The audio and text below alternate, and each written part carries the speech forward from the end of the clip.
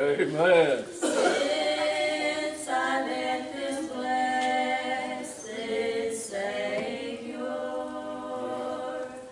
since He cleansed and made me whole, Yeah. I will never cease to praise Him. Yeah. Yeah.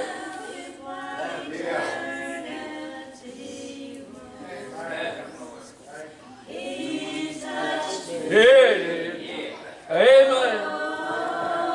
He touched me, and all the joy that was my soul. Something happened, and now I know He touched me. Yeah. Amen. Yeah.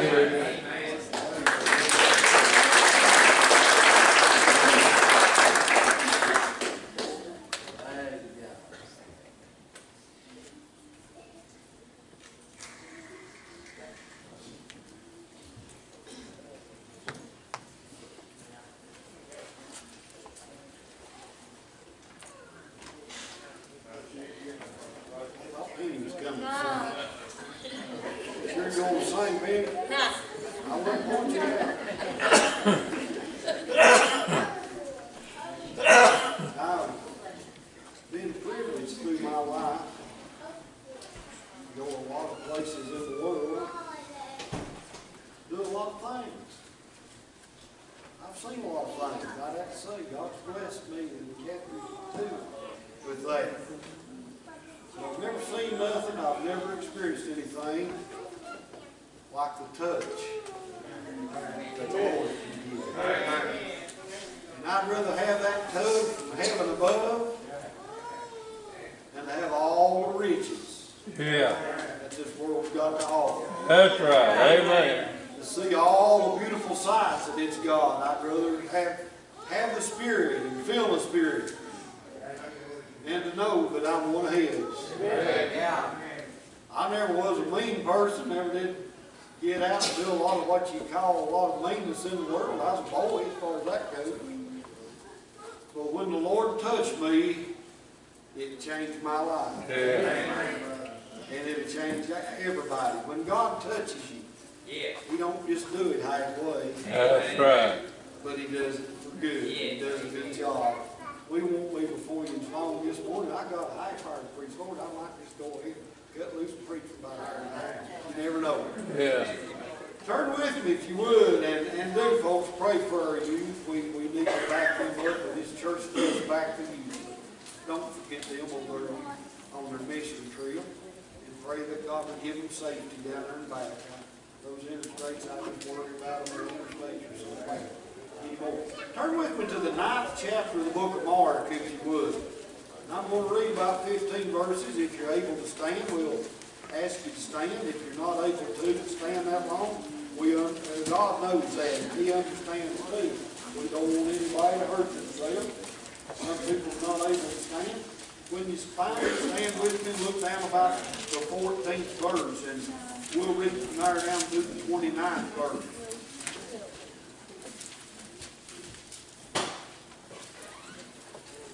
We find these words written in the Word of God. It says, and when He came to His disciples, He saw a great multitude about them, and the scribes questioning with them. And straightway all the people, when they beheld Him, were greatly amazed, and running to Him, saluted Him. And He asked the scribes, what question you with them? And one of the multitude answered and said, Master, I have brought unto thee my son, which hath a dumb spirit. And wheresoever he taketh him, he tireth him, and he foameth and gnasheth with his teeth, and pineth away. And I spake to thy disciples that they should cast him out, and they could not. And he answered him and said, O faithless generation, How long shall I be with you? How long shall I suffer you? Bring him unto me. And they brought him unto him, and when he saw him, straightway the Spirit tare him, and he fell on the ground and wallowed foaming. And he asked his father, How long is it ago since this came unto him? And he said, Of a child. In other words, ever since he was born. And oftentimes it hath cast him into the fire, and into the waters to destroy him. But if thou canst do anything, have compassion on us, and help us. Jesus said unto him, If thou canst believe, all things are possible to him that believeth. Straightway the father of the child cried out, and with tears cried out and said with tears, Lord, I believe. Help thou mine unbelief. When Jesus saw that the people came running together, he rebuked the foul spirit, said unto him, Thou dumb and deaf spirit, I charge thee, come out of him, and enter no more into him. And the spirit cried and rent him sore, and came out of him, and he was as one dead, insomuch that many said, He is dead. But Jesus took him by the hand, and lifted him up, and he arose. And when he was coming to his house, his disciples asked him privately, Why could not we cast him out?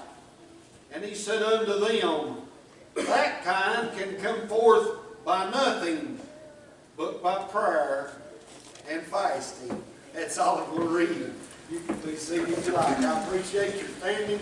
I know that's more than we normally read, but we find here that apparently Jesus was away from his disciples for a while. And if you want to look and you want to study and you want to read, you'll find that the Lord gave the disciples power that they could cast out demons and they could cast out devils. Yeah. But here he comes up, and there's the disciples, and a great crowd round about him, and something going on, and he stops and he says, What are you all talking to my disciples about? And the world starts accusing. Did you know that the world would like to accuse me and you today? Amen. They would like to accuse me and you of doing wrong, or Bays Mountain Church can't do it, or anything that they can find that they can accuse you of. The world wants to do that now. But we've got something that the world don't have. And I hope I get into that a little bit more here in just a few minutes. But the scribes and the Pharisees told him, you can read there, and I just read it. They said, now we brought one to your disciples here that he's caught with a deaf and a dumb spirit, and said they couldn't cast him out. Well, I don't know that I've ever cast out a devil, and tell the truth, God ain't never gave me that charge. He ain't never gave it to me. But let me tell you something. I can point you to one that can. Amen. But you know, before I go further in this, and I want to get on down through this scripture if I can, you look back in the biblical days, there was demon possession. And I'm here today to tell you that there's demon possession still in this world yet today. Amen. We can deny it all we want to, but it's out there. Somebody mentioned this morning in Sunday school, witchcraft. That's demon possession. Any way you want to look at it. Drugs is demon possession. Alcohol is demon possession. And it just needs a touch from the Master. I can't do a thing about it, but I can point you to one that can take care of every one of those. Yeah. Amen. Will you all pray just for a few minutes? Let's give me a little trouble. And I'd like to bring this out, if I could. The world would like to lay that on us. They made such a mess of things. Roger was talking about it in Sunday school this morning. They're telling us, well, this is all right and that's all right. Yeah. Being a drunkard's okay. Being a drug addict's okay. Being gay's okay. Going and partying's okay. All this stuff. The world anymore is saying, we've got to accept that. Yeah. But boy, I'm here today to tell you that what God said 6,000 years ago, it stood down through the ages, and Yeah. it'll stand today. Amen. And I'll throw this in, won't charge no extra. When God created man and woman, He created them male and female, created He them. Okay? And anything other than that says hell bound as it can be. And it's time that we as Christians start standing up for what's right. That's demon possession. Anyway, you say, you preaching on demon possession this morning? I guess I am. The world will say, that is the way you was born. That was your makeup. I'm here today to tell you that it's a choice and it's a demon that people have taken in to their house. And it'll be there until God gets it out. Amen. It's a choice.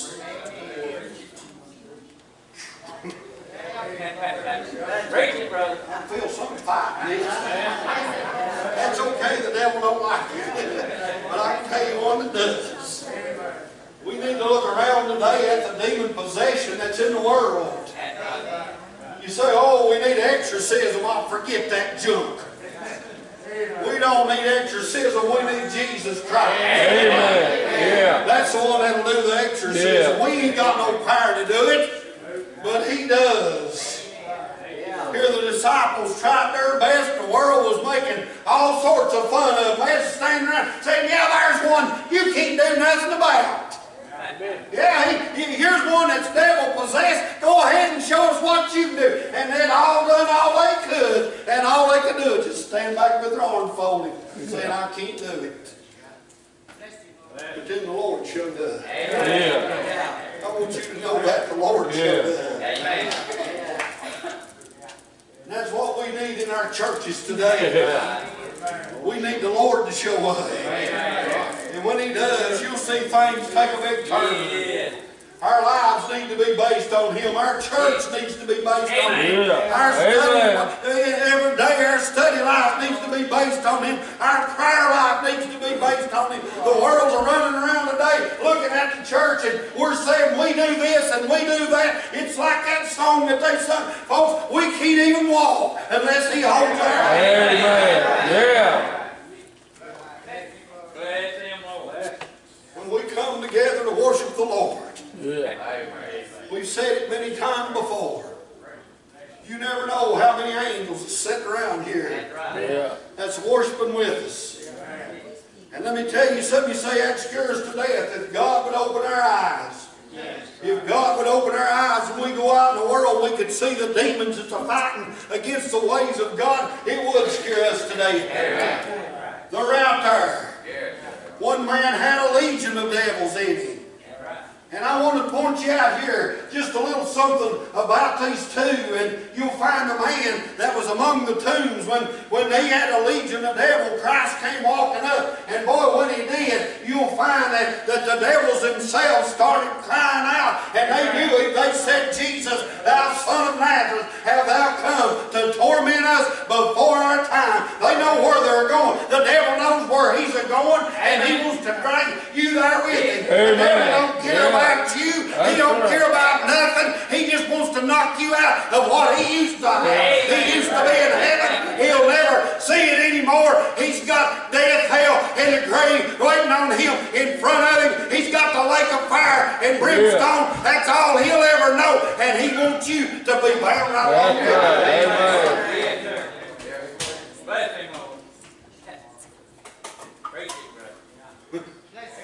When the altar call's given, this gets a little deeper. Yeah, I don't know. There might be somebody sitting here this morning this applies to.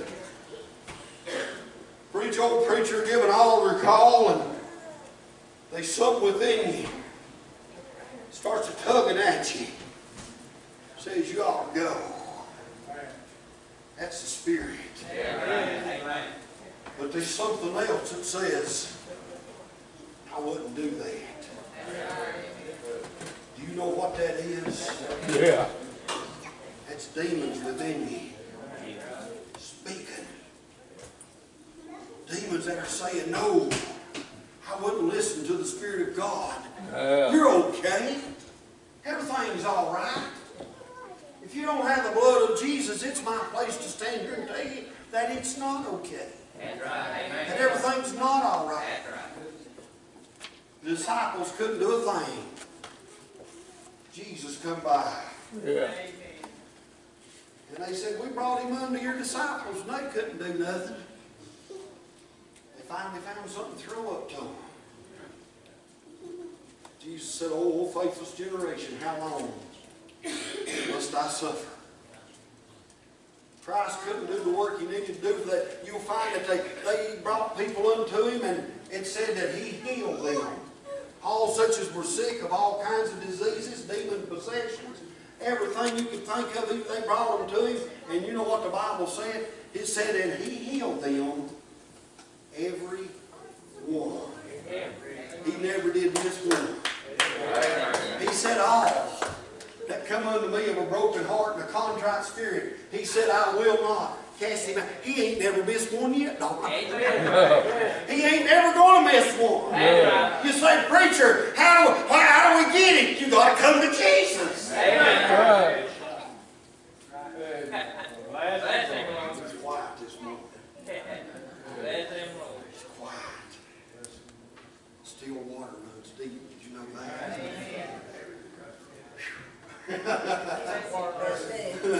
The only way the devil will keep me from getting this message out, he'll have to kill me right here. If he does, folks, just come on. I'll be over home.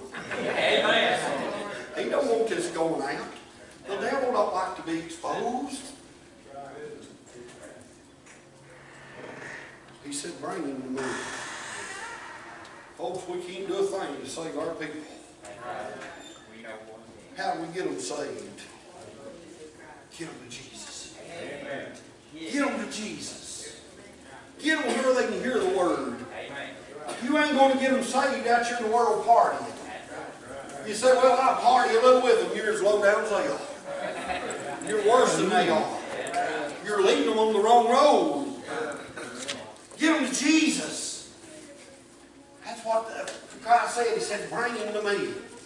Forget the disciples, bring him straight to me. You can just do so much. You get them to Jesus and then turn them over to him. Bring him to me. We've got these televangelists. They'll bring people up on the stages deaf. They'll lick your fingers and stick them in their ear, and lo and behold, they'll come and hear them. They can't speak a word.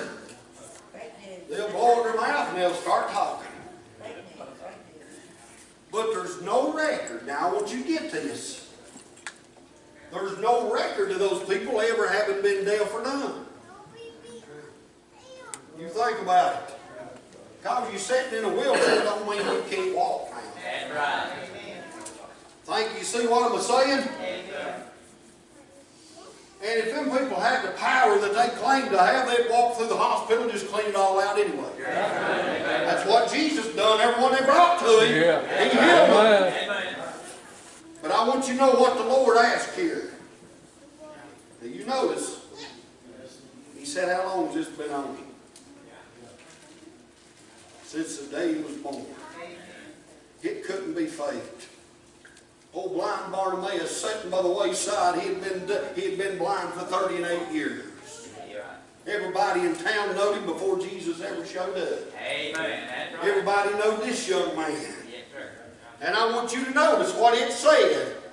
It said this spirit oft time tires him. It said it's thrown him in the fire, it's thrown him in the water, trying to kill him.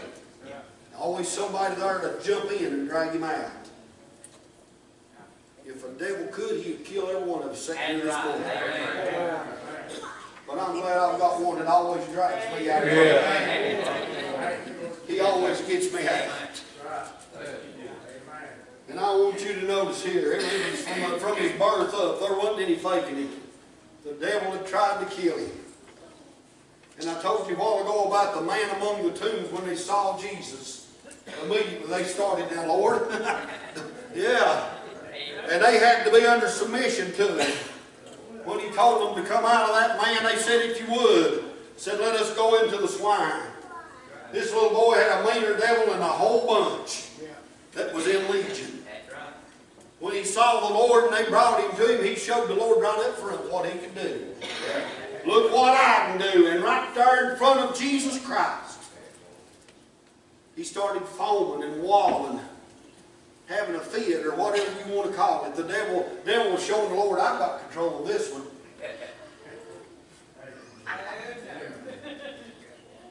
He thinks he's got control of the lot. Yeah. But I wonder how that devil felt when the Lord looked at that boy and he said, now you come out of him. Yeah. Can you imagine the power of God when it went inside that young man and started pushing that devil out? Can you imagine that? Oh, and it was a battle. You think about it. There was a struggle there. And I don't have time to get into it. But there's different levels of demons and different levels of powers among the devil's angels. And boy, there was one here that he was willing to take on the Spirit of God itself. And boy, he was a walling, he was a foaming and struggling. And it got so bad, it almost killed the boy. And let me tell you something. If he could, the devil would kill you today. You're sitting there right now. Somebody might be. Some said, man, you need to get rid of what's inside of you. And it's a warfare. It's a struggle. Let me tell you, it might even make you weak. But Christ, if you give it to him, will always come out triumphant. Amen.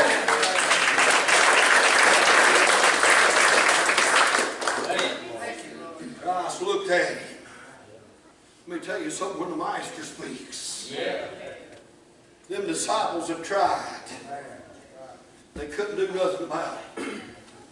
But when the Master speaks, and I want you to notice what he said to that demon. He said, come out of him. But he didn't stop there. There's more to it than that. Yeah. He said, now you come out and don't go back.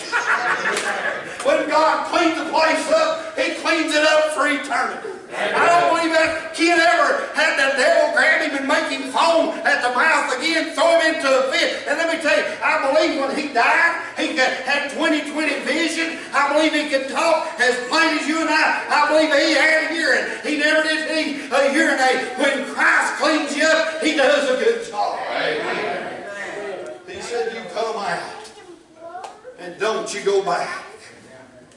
Now it gets a little deeper. And I don't have time to get into all of it. Y'all will accuse me of preaching for an hour and a half. The Bible talks about the man that had demons in his house. And he cleaned his house up, which is representative of he got saved. In other words, went to church, went to the altar anyway. Cleaned things up, turned over a new leaf. You ever turned over a new leaf? You'll turn it right back over.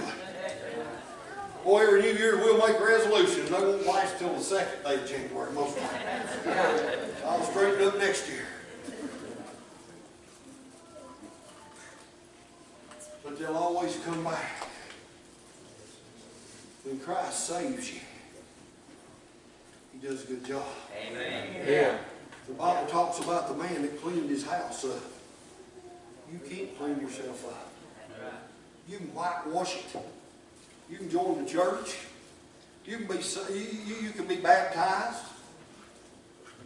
You can walk like a Christian. You can talk like a Christian. You can do it all. But if Christ ain't cleaned you up, Amen. you're still spotted inside.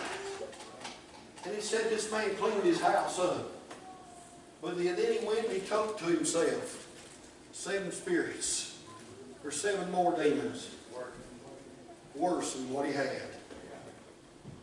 You think about that.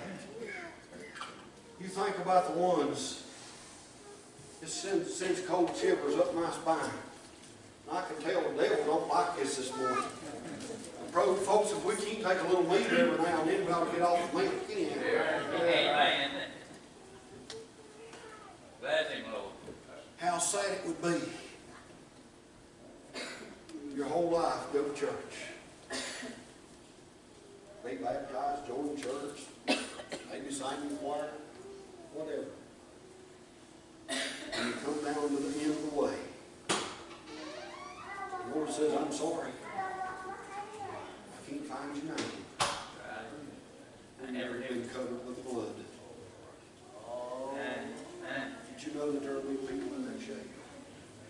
I hope there's nobody here today like that. Say, preacher, you want to see people get saved? Sure I do. Yeah. But I hope and pray there's nobody here today in that shape. I hope there's nobody here today that's lost that knows it. I like preaching to the lost. I like to see it's a joy to see people get saved.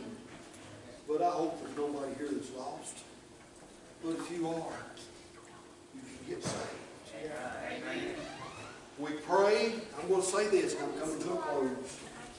We pray, we agonize, and sometimes we wonder why God just don't answer our prayers. Lord, you said if I had faith, you'd do it. Lord, you said if I prayed, you'd do it. You said if I'd ask in your name, once we ask my name, you said you'd do it. And Lord, it's not happening. Sometimes, folks, there's something just a little hard to do. Did you know that? Maybe God's lining something up. We never know.